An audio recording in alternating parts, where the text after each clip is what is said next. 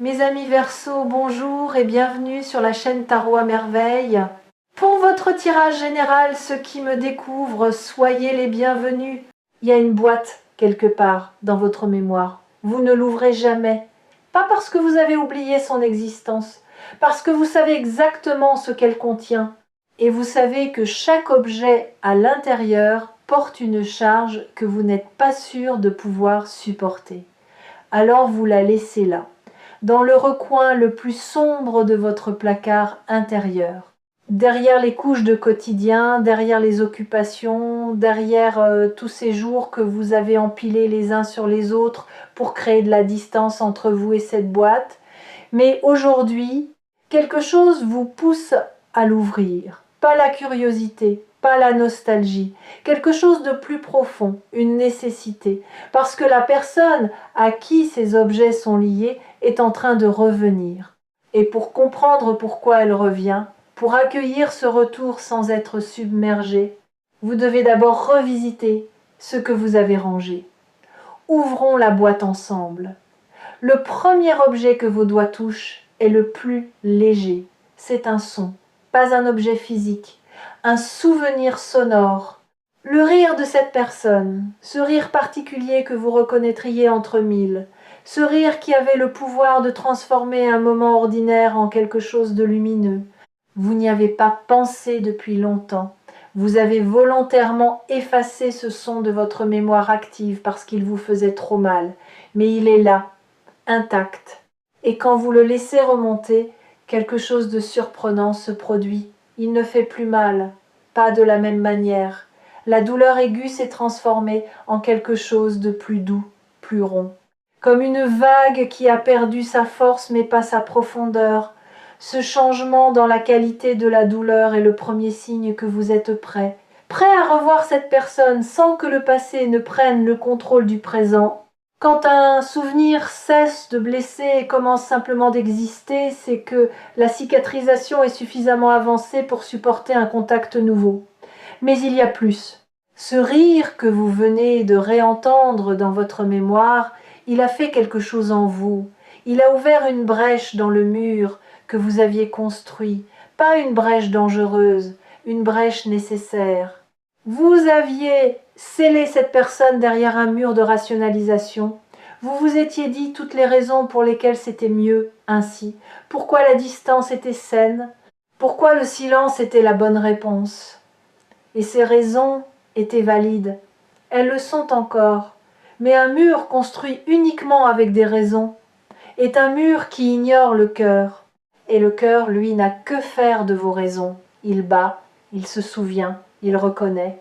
Et quand il reconnaît un son, un rire, une fréquence familière, aucun mur de raison ne peut l'empêcher de vibrer. Laissez-le vibrer. Ce n'est pas une faiblesse. C'est votre humanité qui fait son travail.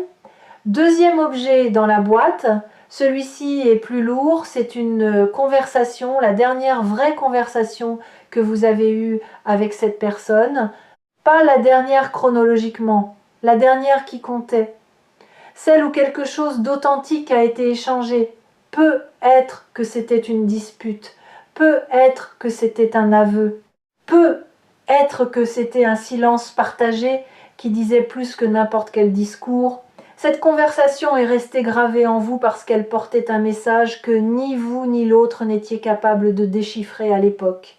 Un message codé dans les mots, les hésitations, les regards détournés, les larmes retenues. Aujourd'hui, avec le recul, avec la maturité que le temps a construite en vous, ce message commence à se révéler. Et ce qu'il dit est plus simple que tout ce que vous aviez imaginé. Il dit « Nous ne sommes pas finis ». Pas au sens romantique nécessairement, pas au sens d'un retour identique à ce qui a été, au sens d'un lien qui n'a pas accompli tout ce qu'il devait accomplir. D'une histoire dont le dernier chapitre n'a pas encore été écrit, vous avez cru que c'était fini, que le départ de cette personne ou votre propre éloignement avait mis un point final à quelque chose. Mais ce que vous aviez pris pour un point final étaient en réalité des points de suspension. Et les points de suspension, par définition, sont une promesse de suite. Troisième objet. Celui-ci vous surprend. Ce n'est pas un souvenir agréable ni un souvenir douloureux, c'est un doute. Le doute que vous portez depuis que cette personne est partie, le doute de savoir si vous avez fait le bon choix, si vous avez dit les bons mots, si vous avez assez donné, assez retenu, assez combattu. Ce doute est un compagnon fidèle, discret mais constant, qui vous accompagne dans les moments de solitude et qui murmure « et si vous aviez dit autre chose ce jour-là? Et si vous aviez été plus patient, plus présent, plus courageux? Et si vous aviez retenu cette personne au lieu de la laisser partir? Ou au contraire, et si vous l'aviez laissée partir plus tôt au lieu de vous accrocher? Ces « et si » sont des labyrinthes sans sortie. Vous le savez. Vous savez que le passé ne se modifie pas. Et pourtant, le doute persiste. Voici ce que je veux vous dire au sujet de ce doute. Il ne prouve pas que vous avez fait une erreur. Il prouve que le lien avait de l'importance. On ne doute pas au sujet des personnes qui ne comptent pas. On les oublie, sans effort, sans labyrinthe mentaux. Le doute est, paradoxalement, la preuve de la profondeur de la connexion. Et cette profondeur est exactement la raison pour laquelle cette personne revient. Mais le doute cache aussi autre chose. Il cache votre propre croissance. Parce que la personne qui doute aujourd'hui n'est pas la même que celle qui vivait ces événements à l'époque. Vous posez des questions que l'ancien vous n'aurait jamais posées. Vous envisagez des nuances que l'ancien vous n'aurait jamais perçues. Le doute lui-même a mûri. Il n'est plus ce questionnement obsessionnel et circulaire qui vous réveillait à 4 heures du matin. Il est devenu une forme de méditation, une capacité à tenir l'incertitude sans qu'elle vous détruise.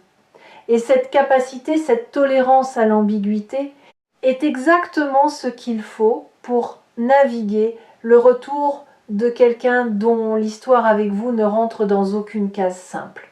Quatrième objet, en fouillant plus profondément dans la boîte, vos doigts rencontrent quelque chose que vous ne vous attendiez pas à trouver. Ce n'est pas un souvenir de l'autre, c'est un souvenir de vous, de qui vous étiez quand cette personne faisait partie de votre vie. Et cette version de vous est différente de celle que vous êtes maintenant. Pas meilleure, pas pire, différente. Plus spontanée peut être, plus vulnérable, plus vivante dans certains aspects, mais aussi plus naïve, plus dépendante, plus encline à se perdre dans l'autre au lieu de se trouver en soi. Vous avez grandi depuis, vous avez changé, pas seulement en surface, en profondeur, votre manière d'aimer a changé. Elle était autrefois une vague qui submergeait tout, vous y compris. Elle est maintenant une marée, puissante mais rythmée, qui avance et qui recule, qui sait donner de l'espace sans se retirer, qui sait être présente sans envahir. Cette évolution est directement liée au départ de cette personne. L'absence vous a enseigné ce que la présence ne pouvait pas enseigner. Comment être entier sans l'autre? Comment être complet dans la solitude? Comment transformer le vide laissé par quelqu'un en espace de croissance personnelle? Et voilà le paradoxe magnifique de la situation. C'est parce que vous n'avez plus besoin de cette personne qu'elle peut revenir. Tant que vous aviez besoin d'elle, tant que son retour était une question de survie émotionnelle, la porte restait fermée, non pas par cruauté du destin, par sagesse. Parce que retrouver quelqu'un depuis un état de manque ne produit jamais une relation saine. Cela produit une dépendance mise à jour, un attachement recyclé, un schéma relancé. Mais retrouver quelqu'un depuis un état de plénitude, cela produit quelque chose d'entièrement différent. Un choix, pas un besoin. Un choix libre, conscient, posé depuis un lieu de solidité intérieure. Et c'est ce choix-là que la vie vous prépare. Réfléchissez un instant à ce que cela signifie. Avant, si cette personne était revenue, vous l'auriez accueillie avec un mélange de soulagement et de terreur. Le soulagement de retrouver ce qui manquait, la terreur de le perdre à nouveau. Et cette dynamique aurait recréé exactement les mêmes conditions que la première fois, la même danse anxieuse, les mêmes questions non posées par peur de la réponse, les mêmes compromis faits par peur de la solitude, le même sacrifice de soi déguisé en amour. Maintenant, c'est différent. Si cette personne revient, et elle revient, vous l'accueillerez depuis un lieu que vous n'occupiez pas la première fois. Un lieu où vous savez qui vous êtes en dehors de cette relation, où vous connaissez vos limites, vos besoins, vos non négociables, où vous êtes capable de dire « Oui, je veux que tu sois dans ma vie, mais pas à n'importe quel prix.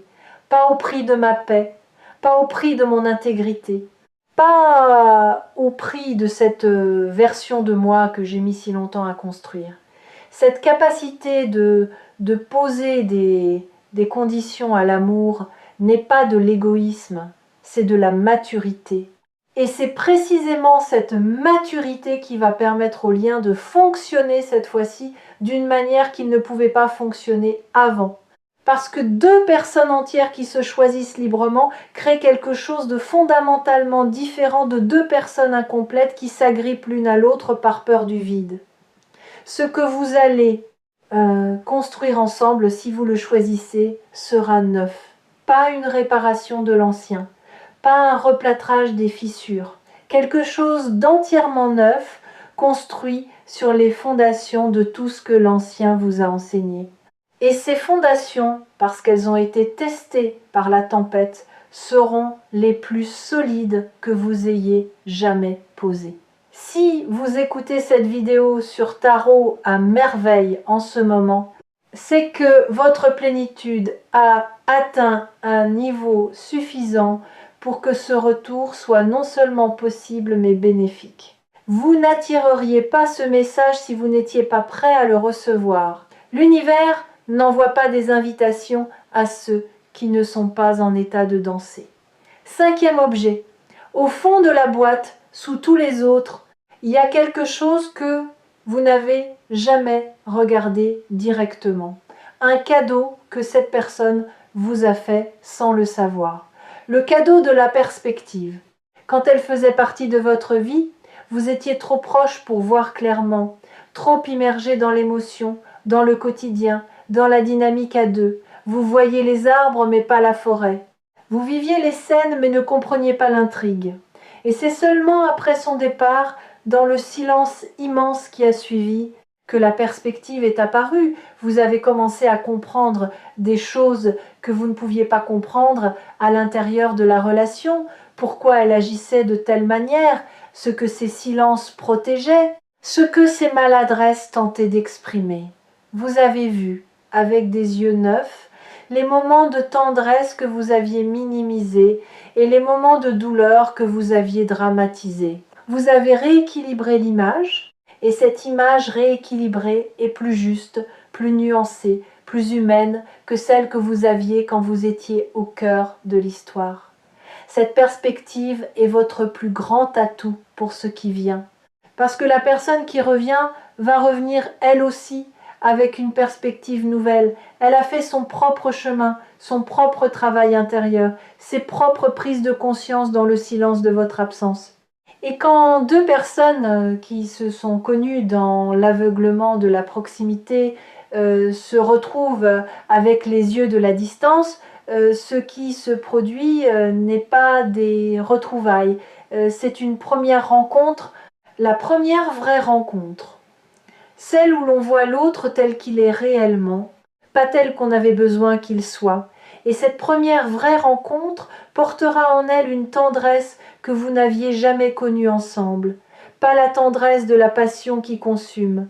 La tendresse de la reconnaissance de deux êtres qui savent ce qu'ils ont traversé séparément pour arriver à ce point. Qui portent chacun leur cicatrice de la même bataille, menée sur deux fronts différents, et qui, en se revoyant, n'ont pas besoin d'expliquer, parce que l'explication est inscrite dans les yeux, dans le tremblement presque invisible de la voix, dans cette manière de se tenir un peu plus droit, un peu plus solide, un peu plus vrai qu'avant. Cette tendresse-là ne se fabrique pas, elle ne s'imite pas, elle ne se produit qu'entre deux personnes qui se sont perdues et retrouvées. et elle est l'un des trésors les plus rares de l'expérience humaine. Maintenant parlons du retour lui-même, de sa forme, de son timing, de ce à quoi vous devez vous attendre et plus important encore de ce que vous ne devez pas attendre. Ce retour ne ressemblera pas à une scène de film. Il n'y aura pas de course sous la pluie, pas de grandes déclarations, pas de gestes héroïques. Le retour sera discret, presque ordinaire, un message, un appel, une présence quelque part où vous ne l'attendiez pas. Peut être un nom qui apparaît sur votre téléphone après des mois de silence, peut être un croisement physique dans un lieu inattendu, peut être une information qui vous parvient par un tiers et qui vous apprend que cette personne a pensé à vous, a parlé de vous, a demandé de vos nouvelles. L'ordinaire de ce retour sera trompeur. Il vous donnera peut être l'impression que ce n'est pas grand-chose, que c'est juste un hasard. Mais vous saurez, quelque part en vous, dans cet endroit qui sait, avant de comprendre, vous saurez que ce n'est pas un hasard, que ce contact apparemment banal est le premier fil d'une nouvelle trame, et que la manière dont vous accueillerez ce premier fil déterminera la qualité de toute la trame qui suivra. N'accueillez pas avec de la méfiance. Le passé vous a appris la prudence, et cette prudence est saine. Mais la méfiance est la prudence qui a muté en mur. Soyez prudent, pas méfiant. Ouvrez la porte de quelques centimètres, pas en grand, pas d'un coup. Juste assez pour voir qui se tient de l'autre côté. Et si ce que vous voyez est différent de ce que vous attendiez, si cette personne porte sur son visage les traces de son propre voyage, si ses yeux ont cette profondeur nouvelle que seul le temps et la souffrance peuvent creuser, alors ouvrez un peu plus, lentement, à votre rythme. Et n'attendez pas la perfection, ni de vous, ni de cette personne. Les retrouvailles parfaites n'existent pas. Il y aura de la maladresse, des blancs dans la conversation, des moments où vous ne saurez pas quoi dire parce que trop de choses se bousculent et qu'aucun mot ne semble assez grand pour les contenir. Il y aura peut-être un rire nerveux, un silence qui dure une seconde trop, un regard qui en dit plus que vous n'auriez voulu. Et tout cela sera parfait, pas dans le sens lisse du terme, parfait dans sa vérité, parfait dans son authenticité brute, parfait parce que c'est réel, et que le réel, avec toutes ses imperfections, vaut infiniment plus que le fantasme. Vous avez eu le temps de fantasmer ce retour. Votre esprit a tourné des dizaines de scénarios, des retrouvailles émouvantes, des conversations profondes, des excuses éloquentes. Laissez tomber ces scénarios, tous. Ils ne vous serviront pas. Ils créeront des attentes, et les attentes sont les ennemis du moment présent. Arrivez aux retrouvailles les mains vides de scénarios. Le cœur plein mais les mains vides. Et laissez le moment lui-même décider de sa forme. Ce retour va aussi réveiller quelque chose en vous que vous aviez mis en sommeil. Une part de vous qui ne fonctionnait qu'en présence de cette personne. Ce n'est pas de la dépendance, c'est de la résonance. Il existe des parties de nous-mêmes qui ne s'activent qu'au contact de certaines personnes, comme un instrument qui ne vibre que lorsqu'une fréquence spécifique est jouée à proximité. Cette personne porte cette fréquence pour vous, et quand elle sera de retour dans votre champ, ces parties endormies vont se réveiller, votre créativité va peu être revenir avec une force nouvelle. Votre humour va peu être retrouvé, cette légèreté que vous aviez perdue. Votre capacité à rêver va peu être se réactiver après des mois de pragmatisme défensif. Ces réveils seront les cadeaux collatéraux du retour, pas les cadeaux principaux. Le cadeau principal sera la possibilité de vivre ce lien d'une manière que vous n'aviez pas pu vivre la première fois. Une manière informée par la douleur, mais pas gouvernée par elle. Une manière où les erreurs du passé ne sont pas effacées, mais intégrées. Où la mémoire sert de boussole, pas de chaîne. Et il y a un aspect de ces retrouvailles que personne ne mentionne jamais. L'humour. Quand deux personnes se retrouvent après un voyage intérieur profond, il y a un moment imprévisible où le sérieux cède la place au rire. Pas un rire de politesse, un rire de soulagement, le rire de deux soldats qui se retrouvent après la bataille et qui réalisent qu'ils sont encore entiers. Ce rire-là est thérapeutique. Il libère des mois, parfois des années, de tensions accumulées. Il dit « Nous avons survécu et nous sommes encore capables de trouver la légèreté ensemble. Ne sous-estimez pas ce moment quand il arrivera. Il sera peu, être le plus important de tous. » Les habitués de tarot à merveille reconnaîtront dans ce message un schéma récurrent, mais toujours singulier. L'idée que rien ne se perd véritablement. Que les liens profonds ne meurent pas quand ils cessent d'être visibles. Qu'ils plongent sous la surface comme des rivières souterraines et qu'ils réapparaissent plus loin, là où le terrain s'y prête. Le terrain, dans votre cas, est enfin prêt, des deux côtés. Refermons maintenant la boîte, doucement, avec soin, mais ne la rangez pas au fond du placard cette fois. Posez-la sur la table, en pleine lumière.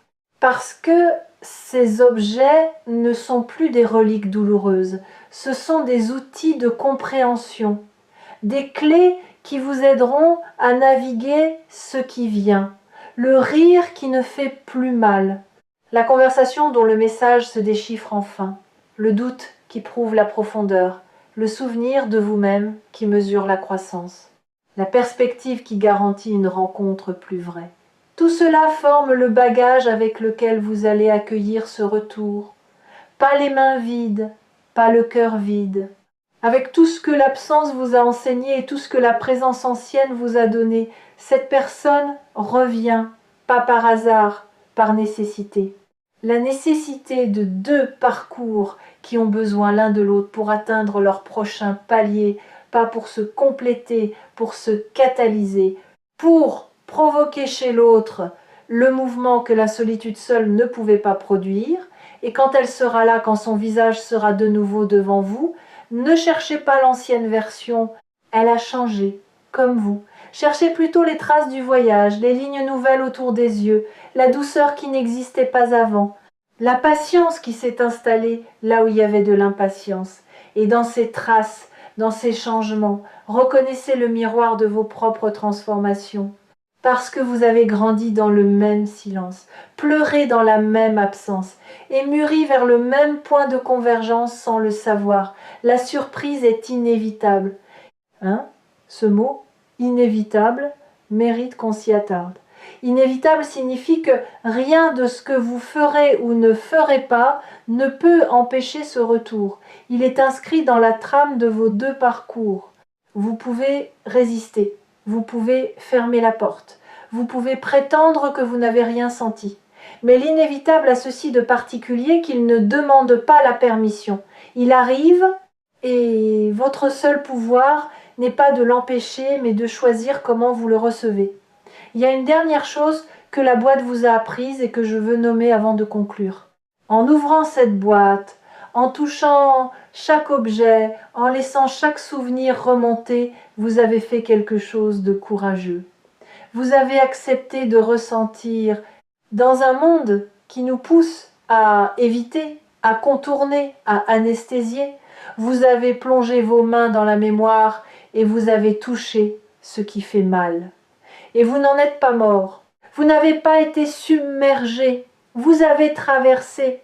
Et de l'autre côté de cette traversée, il y a une sérénité que vous n'aviez pas avant d'ouvrir la boîte. Cette sérénité est votre armure invisible pour ce qui vient. Pas une armure qui empêche de ressentir, une armure qui permet de ressentir sans se perdre, qui permet de revoir cette personne en sentant le tremblement mais sans tomber, en reconnaissant la charge mais sans être écrasé, en accueillant l'émotion mais sans la laisser prendre les commandes. Vous êtes prêt d'une manière dont vous n'avez jamais été prêt avant. Et cette personne, de son côté, atteint le même état de préparation. Deux horloges intérieures synchronisées sans le savoir, deux parcours parallèles qui convergent vers le même moment, deux silences qui s'apprêtent à se rompre simultanément. Recevez-le avec grâce, avec ouverture, avec cette sagesse tremblante de celui qui sait que les plus beaux chapitres sont souvent ceux qu'on n'avait pas prévus. Et si cette vidéo vous a trouvé au moment exact où vous en aviez besoin, gardez Tarot à merveille proche de vous, comme une boussole qui ne pointe pas vers le nord, mais vers la vérité, votre vérité. Celle qui savait, bien avant votre tête, que cette personne reviendrait, que ce lien n'avait pas dit son dernier mot, que l'absence n'était pas une fin, mais une transformation silencieuse qui vous préparait tous les deux à une version du lien que vous n'auriez jamais pu atteindre sans elle. La boîte est ouverte, les objets sont sur la table. Le rire, la conversation, le doute, le souvenir de vous-même, la perspective. 5 témoins silencieux de ce qui a été et de ce qui sera. Et quelqu'un frappe à la porte. Allez ouvrir, vous savez qui c'est, et cette fois, vous êtes prêts.